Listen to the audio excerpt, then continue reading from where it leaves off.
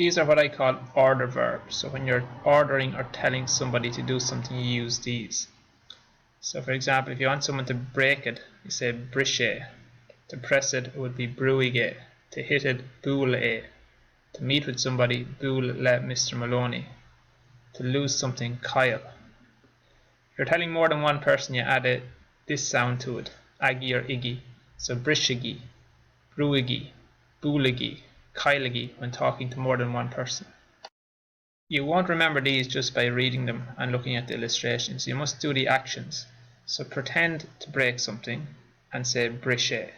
Pretend or press something and say bruig. Hit something and say boule. Meet with somebody and say boule.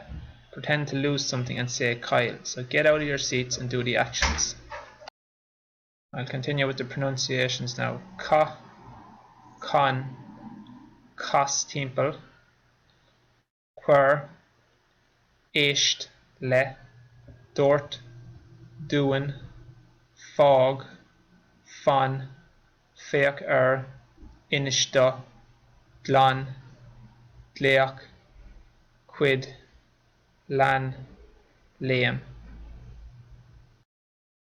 Some verbs like éist have a special two-letter word after them that always goes with it. So éist le, féach inista, dlí or dleach that two-letter word goes with that verb.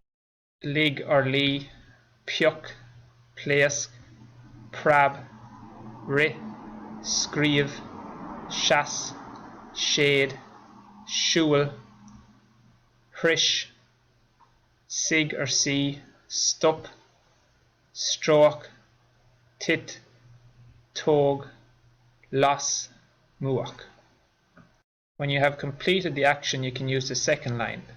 Tá sé briste, it is broken. Tá sé cailse, it is lost. Tá sé curtha, it is put. Remember, get out of your seats and do the actions to go with these verbs and you will remember them.